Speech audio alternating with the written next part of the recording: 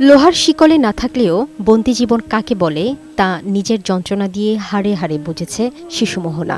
গাজীপুরের শহীদ Tajuddin Ahmad medical college হাসপাতালের বিছানায় শুয়ে থাকা মোহনার শরীর জুড়ে নির্যাতনের দাগ, কোথাও পোড়া ক্ষত, কোথাও পুরনো আঘাতের চিহ্ন।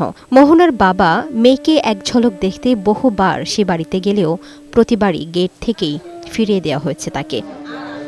স্বজনদের অভিযোগ, তুচ্ছ ভুলের অজুহাতে শফিকুর রহমানের স্ত্রী ও বাসার অন্য গৃহকর্মীরা মিলে শিশুটির ওপর নিয়মিত নির্যাতন চালাত।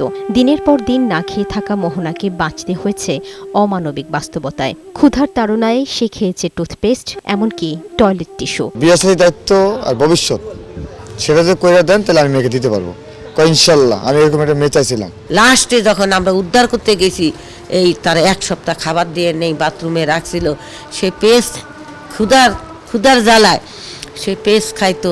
তবে ৮ মাস পর যখন শিশুটির অবস্থা গুরুতর হয়ে ওঠে, তখন দায় এড়াতেই বাবাকে ডেকে পাঠানো হয়।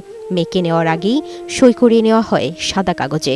বর্তমানে শিশুটি চিকিৎসাধীন রয়েছে। ক্ষতগুলা শুকাচ্ছে, আস্তে আস্তে শুকাচ্ছে, তবে এত এক্সটেন্সিভ ক্ষত অস্বাভাবিক। আপনি যদি ওর পিঠে হাত রাখেন, সেখানেও দেখবেন কাপড়ের নিচে ক্ষত চিহ্নের দাগ আপনার হাতে লাগতেছে, উঁচু হয়ে আছে। এই অমানবিকতার দৃষ্টান্তমূলক শাস্তির দাবি জানিয়েছে সচেতন মহল।